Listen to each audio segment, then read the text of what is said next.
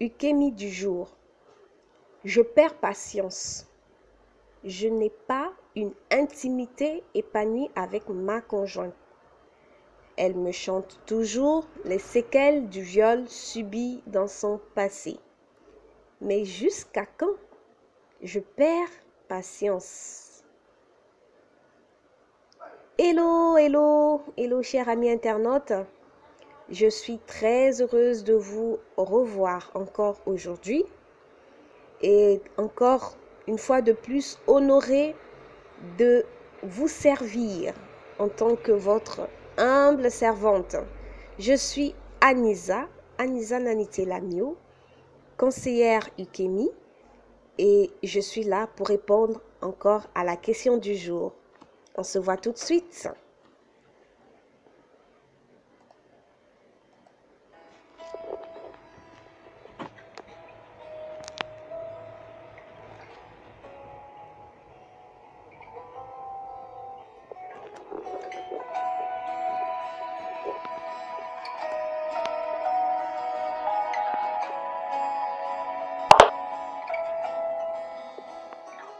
Seigneur, à quel autre irions-nous qu'à toi? Tu as les paroles de la vie éternelle. Et nous avons cru, et nous avons connu que tu es le Christ, le Fils de Dieu vivant.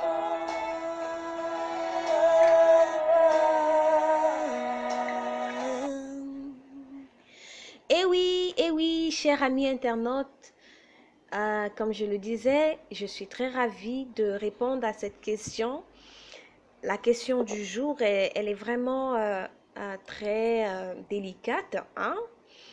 Et donc, une question délicate, il faut que nous puissions prendre le soin, voilà, de répondre de façon très précise afin d'apporter quelques éléments de réponse et une paix pour cet internaute qui nous pose cette question et qui est vraiment embarrassé par cette situation.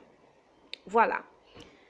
Alors, on va lire ensemble Ecclésiaste chapitre 4 à partir du verset 7 à 12. Je vais lire.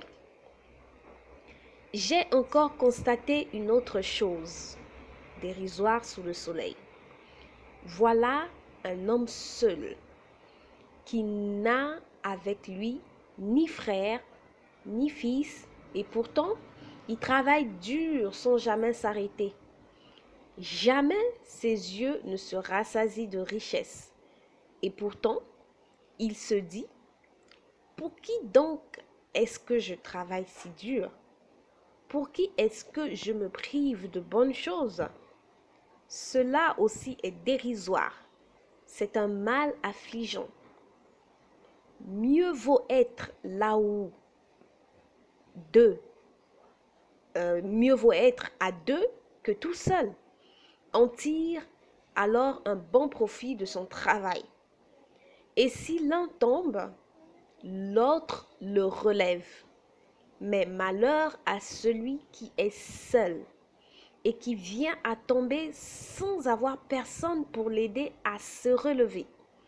Même si deux personnes dorment ensemble, de même, elles se tiennent chaud. Mais comment celui qui est seul se réchauffera-t-il? Un seul homme est facile à maîtriser par un adversaire. Mais à deux, ils pourront tenir tête à celui-ci, cet adversaire. Et une corde à triple brin n'est pas vite rompue. Voilà, chers amis internautes, nous avons lu ici Ecclésiaste 4, du verset 7 à 12. Et oui, ces passages sont très forts de sens surtout. Et c'est vrai qu'on l'utilise souvent pour encourager le mariage et c'est souvent prêché lors des cérémonies de mariage, oui, justement parce que deux valent mieux qu'un et ensemble ils sont plus forts. Et justement, on est en train de parler d'un couple marié qui, évidemment, subissent une pression émotionnelle, un traumatisme qui les empêche de vivre cette intimité épanouie. Le conjoint, il dit qu'il perd patience parce qu'il n'arrive pas à vivre une vie d'intimité épanouie avec sa conjointe. Parce que tout le temps, elle est là à dire que son passé, le viol qu'elle a subi, et même sans le dire verbalement, elle le lui dit par ses agissements. Mais jusqu'à quand? Il est un homme. Et oui, jusqu'à quand? Ce n'est pas évident. Et c'est un adversaire qui peut arriver. Déjà, quand on est fiancé, si tu te fiancies avec une jeune sœur qui a eu à subir une situation de viol, c'est un adversaire de taille qu'il faudra que vous puissiez affronter et donc il faut te préparer à cela, toi le fiancé, ou si c'est le cas inverse, si c'est l'homme qui a subi le viol et la femme non, il faudra que la femme puisse se préparer parce que c'est un adversaire que vous allez devoir affronter ensemble pendant beaucoup d'années, même après votre mariage. Oui, et il faut se préparer sérieusement parce que si vous n'êtes pas prêt, d'abord vous-même, vous allez causer beaucoup de tort à votre fiancé, déjà dans la période des fiançailles. Vous allez peut-être supporter un peu si vos fiançailles ne sont pas si longs, mais après dans le mariage, vous allez en souffrir.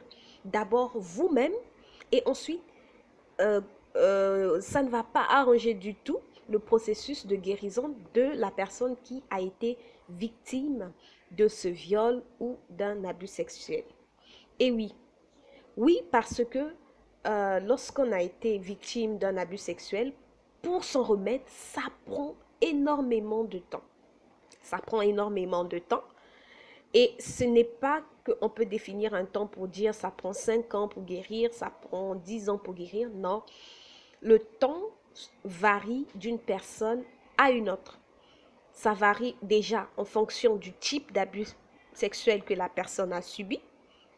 Ensuite, ça varie en fonction des conséquences relatives que, c'est-à-dire cet abus a créé en la personne.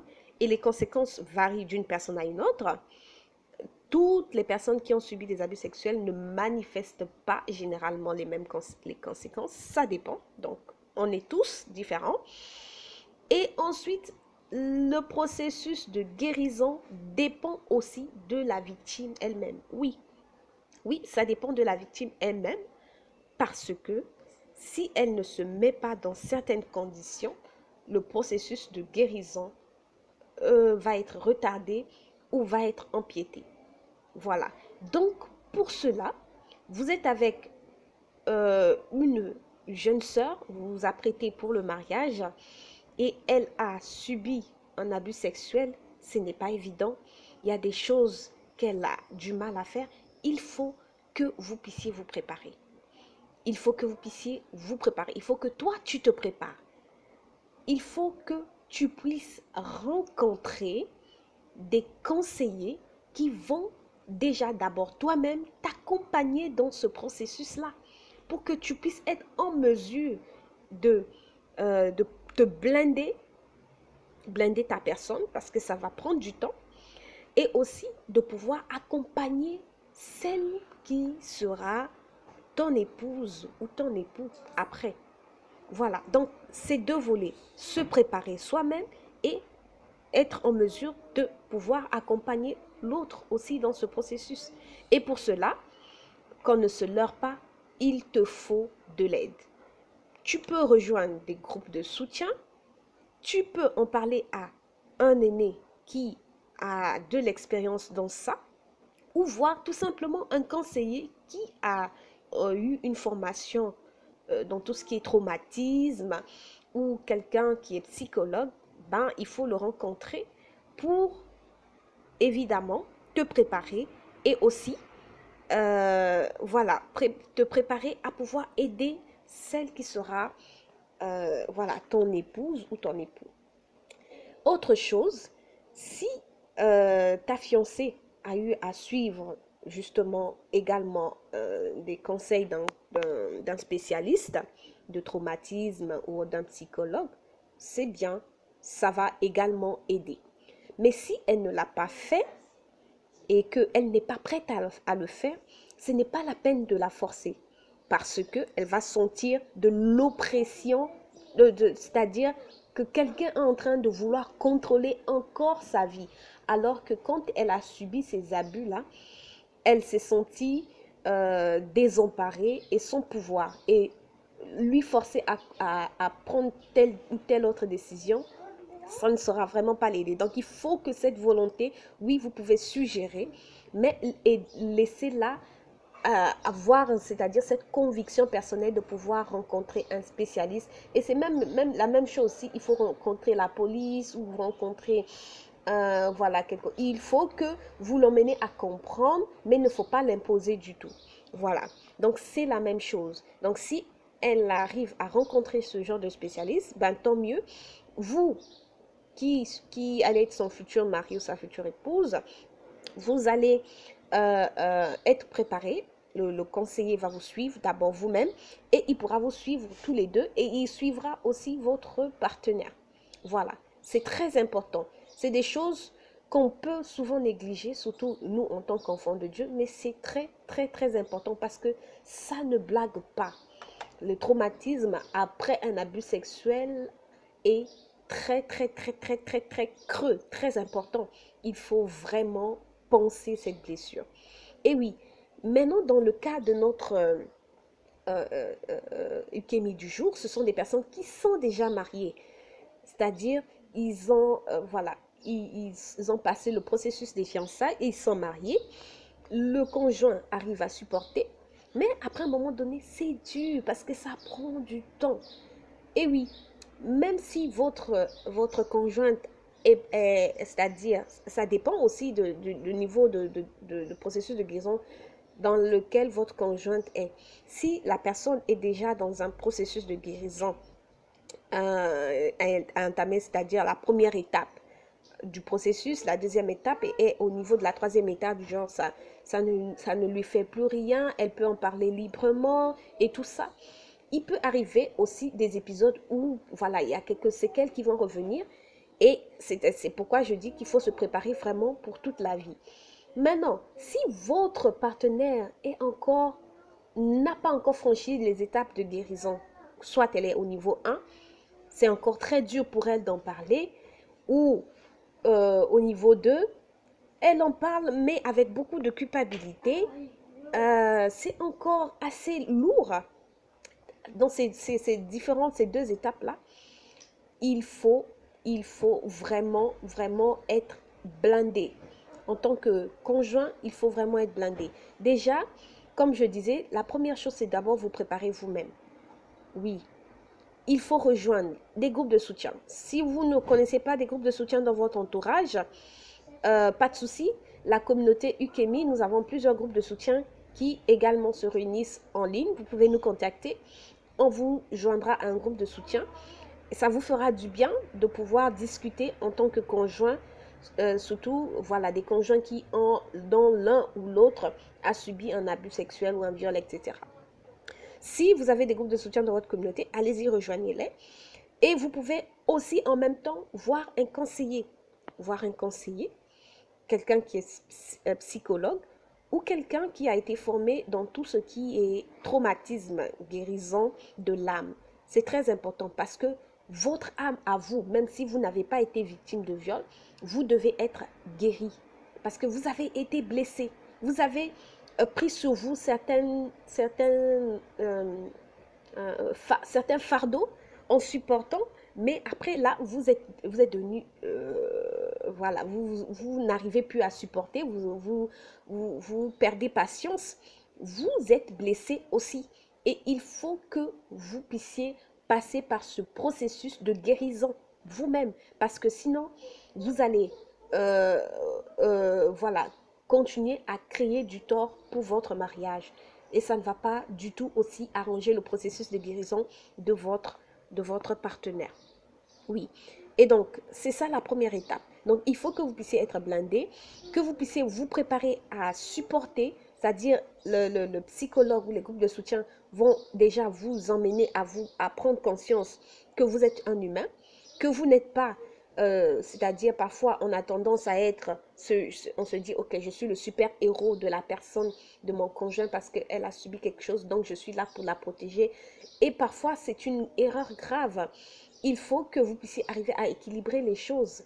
Elle n'a pas forcément besoin de quelqu'un super-héros qui protège, qui prenne des décisions, qui voilà, mais d'un confident, de quelqu'un avec qui parler ou s'exprimer librement. Et encore, c'est une grâce si votre conjoint arrive déjà à vous expliquer ça, ça c'est une grâce. Mais si vous êtes avec un conjoint qui a eu de la peine à vous expliquer cela et à la peine à vous partager certains de ces défis et tout ça, ça sera vraiment encore très difficile pour vous et il faut que vous puissiez arriver à comprendre qu'il faut lui donner du temps, il ne faut pas l'imposer, mais il faut l'accompagner dans ce processus-là. Voilà, que vous aussi, vous avez besoin d'aide. Vous devez pouvoir le comprendre parce que vous n'êtes pas un surhomme. Et comme vous voyez, vous perdez patience, c'est normal, c'est naturel de perdre patience. C'est pourquoi il le faut vraiment. Et l'autre chose, c'est qu'il faut également que c'est-à-dire le groupe de soutien ou le conseiller qui va vous accompagner puisse vous préparer ou bien vous aider, vous donner les outils nécessaires pour accompagner justement votre conjoint dans ce processus-là.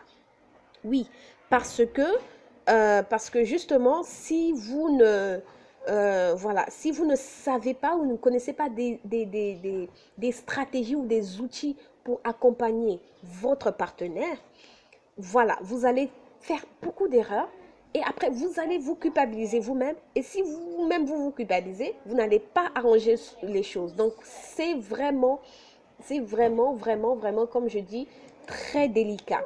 Il le faut. Il faut que vous puissiez comprendre cela. Il faut que vous puissiez vous préparer à pouvoir accompagner votre conjoint dans ce processus de guérison pour que vous puissiez savoir comment il faut agir avec elle, comment il faut la croire, parce que c'est important. Votre conjoint a besoin de savoir que vous la croyez. Parce que si vous serez là à toujours juger, pourquoi tu n'avais pas fait ci, pourquoi tu n'avais pas fait ça, mais cette personne, et vous voulez, c'est-à-dire émettre un jugement envers la personne qui l'a abusé, surtout si c'est une personne de la famille qui l'a abusé, que non, cette personne est horrible, vous n'arrangerez pas forcément les choses. Vous n'arrangerez pas forcément les choses et ça ne va pas également arranger votre intimité, votre mariage et tout cela. Voilà, donc il faut vraiment que ce conseiller spécialiste puisse, avec des séances, ces séances-là peuvent se faire une fois dans la semaine, une fois dans le mois, ça dépendra de votre disponibilité.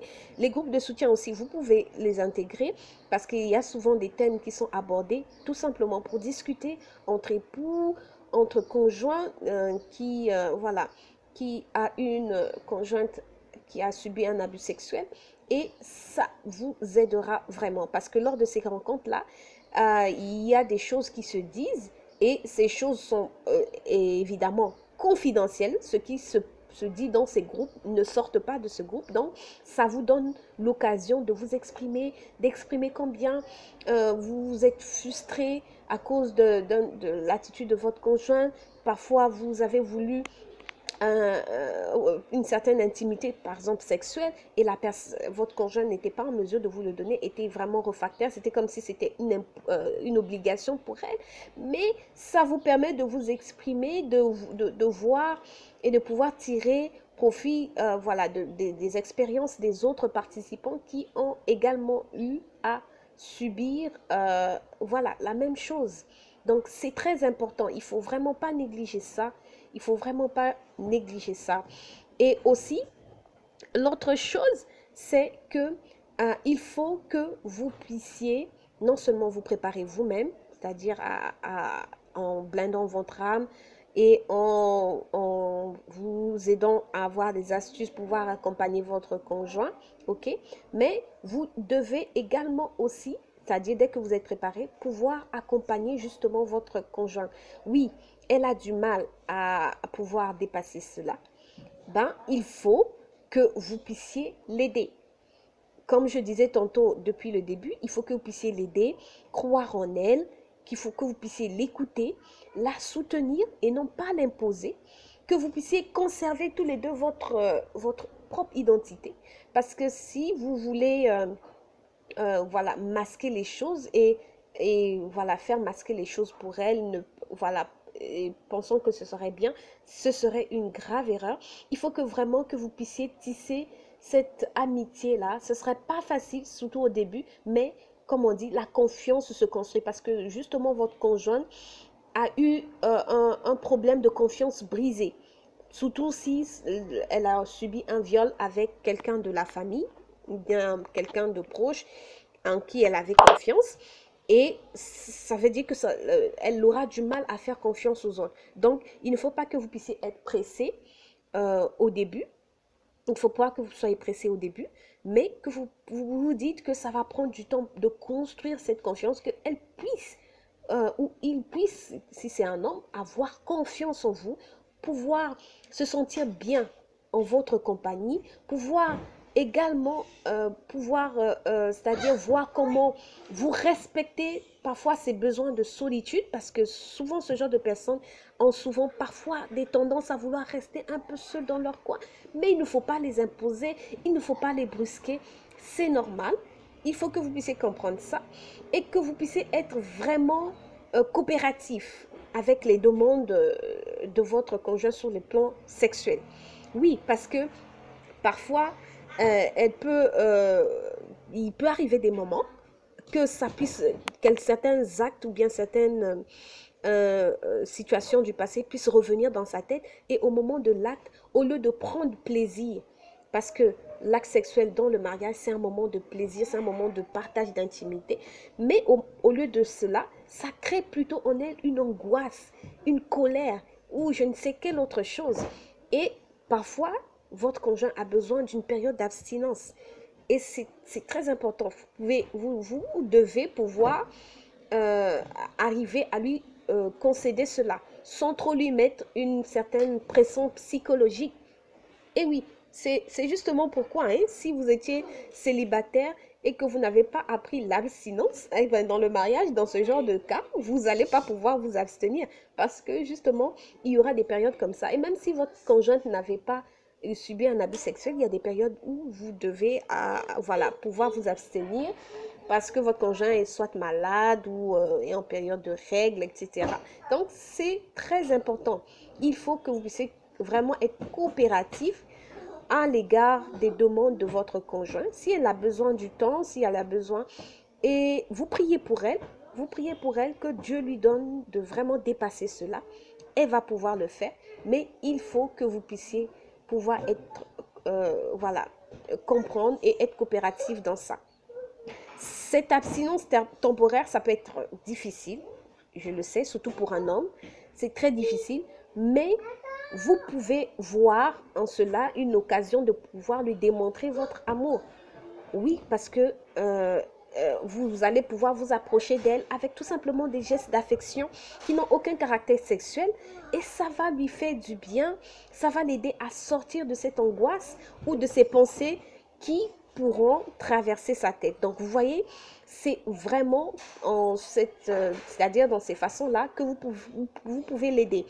Et vous allez également l'aider quelquefois quand elle va passer par des moments d'angoisse, de pensée, parce que oui, comme je disais, la personne peut être dans un processus de guérison, que ce soit au niveau 2, au niveau 1 ou au niveau 3. Mais même au niveau 3, il y a parfois quelques épisodes qui reviennent et il faut que vous puissiez avoir les astuces pour pouvoir l'accompagner, pour pouvoir voilà, lui dire que vous êtes avec elle, pour lui montrer, par exemple, quand elle va se sentir faible, ou avoir ce sentiment de culpabilité ou de, voilà, je sais pas, de colère, quelque chose comme ça, vous allez pouvoir, voilà, lui montrer que c'est possible, d'être patient, que ça va passer. Et vous allez également ne pas minimiser voilà, toutes les répercussions que cela a causé vraiment dans sa vie. Voilà. Donc, j'ai vraiment dit des choses assez, voilà, disparates comme ça. Mais c'est vraiment beaucoup de choses à dire. Ne vous contentez pas de ce que je dis là, mais comme je dis tantôt, il faut que vous puissiez vous approcher d'un groupe de soutien et ou d'un conseiller psychologue ou spécialiste de traumatisme. Il y en a beaucoup. Si vous n'en connaissez pas, vous pouvez nous écrire tout simplement. Nous allons vous mettre en contact avec quelques-uns qui pourront vous accompagner, vous, d'abord vous-même. Et si votre conjointe aussi est prête à cela, elle va pouvoir également être accompagnée en solo elle-même et aussi à deux. Vous aurez aussi des séances à deux. Et vous pourrez en même temps aussi, si vous voulez, rejoindre des groupes de, comme je dis, des groupes de soutien. Peut-être au début, dans les groupes de soutien, vous n'allez pas beaucoup vous exprimer, mais surtout parce que vous aurez peut-être ce sentiment de honte, de culpabilité et tout ça. Mais ces groupes de soutien-là sont là pour. Parfois, dans ces groupes de soutien, à un moment donné, on parle tellement de trucs, tout ce qui est abus, mais après un moment donné, on essaie de vous écarter un peu de cela, de vous faire penser à autre chose, ou bien de développer une certaine capacité mentale ou votre foi, ou voilà, quelque chose comme ça, pour que vous puissiez voilà, arriver à équilibrer et sortir de cette situation vraiment difficile. Voilà, donc c'est un peu ce que je pouvais dire. Rejoignez un groupe de soutien, parlez-en à un conseiller, parce que vous avez besoin de vous préparer vous-même, de vous préparer à pouvoir comprendre que vous êtes un surhomme, que vous n'êtes pas un surhomme plutôt, que vous êtes faible, vous n'êtes pas le super-héros de votre conjoint, non, que vous avez des faiblesses, que vous avez des limites et que voilà, vous devez pouvoir guérir d'une certaine façon. Deuxièmement, il faut que, c'est-à-dire ces conseillers-là et ce groupe de soutien, avec des séries de temps de travail, de discussions ensemble, puissent vous amener à pouvoir vous donner des astuces et des conseils nécessaires pour accompagner et pour comprendre justement votre conjoint. Voilà, donc c'est très important. C'est très important, c'est ce que je voulais vous dire. Et pour terminer, j'aimerais tout simplement vous encourager, ne perdez pas patience. En ce moment, vous êtes découragé parce que je sais, ça prend du temps. Et comme je dis, le processus de guérison prend du temps et varie d'une personne à une autre. Mais ne vous découragez pas.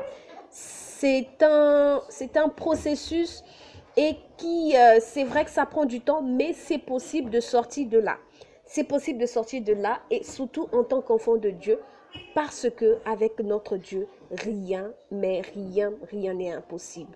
Si vous avez été blessé, notre Dieu est capable de vous guérir, de guérir votre blessure, de guérir la blessure de votre conjoint. Il est capable de cela. Et c'est à ce moment-là que je dis aussi que le processus de guérison dépend de la personne. Parce qu'il faudra que vous puissiez croire que vous allez pouvoir vous en sortir. Ne pas rester dans l'esprit défaitiste, l'esprit négatif, l'esprit pessimiste. Non, mais croire que Dieu peut vous sortir de ce traumatisme, que Dieu peut guérir votre âme et l'âme de votre conjoint. C'est possible. Oui, c'est véritablement possible. Faites-lui confiance. Il vous donnera la sagesse nécessaire pour poser les bons actes, pour aller vers les bonnes personnes. Parce que oui, dans cette situation, il faut que vous rencontrez les bonnes personnes de votre destinée qui vont vous aider à traverser cette étape. Et lui seul pourra vous aider à vous en sortir. Et croyez-moi, vous allez revenir avec des témoignages et vous allez pouvoir, vous aussi, comme moi, pouvoir encourager d'autres personnes à sortir de là parce que vous aviez été guéri de cette situation et vous avez la capacité de pouvoir accompagner également d'autres personnes dans ce processus-là. Voilà. Donc, mes amis, mes chers amis internautes, j'espère avoir donné un élément de réponse à votre préoccupation et je prie pour vous, je prie pour votre conjoint et je prie pour vous-même que Dieu vraiment puisse opérer le miracle pour votre âme, pour votre être intérieur, qu'il puisse opérer le miracle, qu'il puisse vous sortir de cette situation de dépression, qu'il puisse vous sortir de là. Et je prie également qu'il puisse vous mettre les bonnes personnes sur votre chemin. Les bonnes personnes qui vont vous aider à pouvoir sortir de cette situation de maladie mentale ou émotionnelle. Des bonnes personnes qui vont vous donner des bonnes astuces et des bons conseils. Et oui, c'est possible. Je prie pour vous pour cela, mes chers amis. Donc, je vous dis à bientôt. Si vous avez d'autres questions, n'hésitez pas. Je reste disponible, que ce soit inbox ou en public, comme je le fais tantôt maintenant, pour édifier plus d'un qui nous écoute. Je reste disponible pour vous donner des éléments de réponse. Et si je n'en ai pas, bien sûr, je vous recommanderai à un autre spécialiste parce que chacun de nous est spécialiste dans un domaine. Oui, tout ce qui est guérison après abus sexuels, il y a un large corps de professionnels dans ce domaine. Chacun de nous a reçu une formation spéciale dans un domaine précis. Et oui, ça dépendra de votre besoin, ça dépendra de votre difficulté. Je ne manquerai pas de vous mettre en contact avec la bonne personne qu'il vous faut. Allez, on se dit à bientôt, chers amis internautes. Je vous aime et Dieu vous aime également plus. Ciao. Pour ce temps et l'éternité.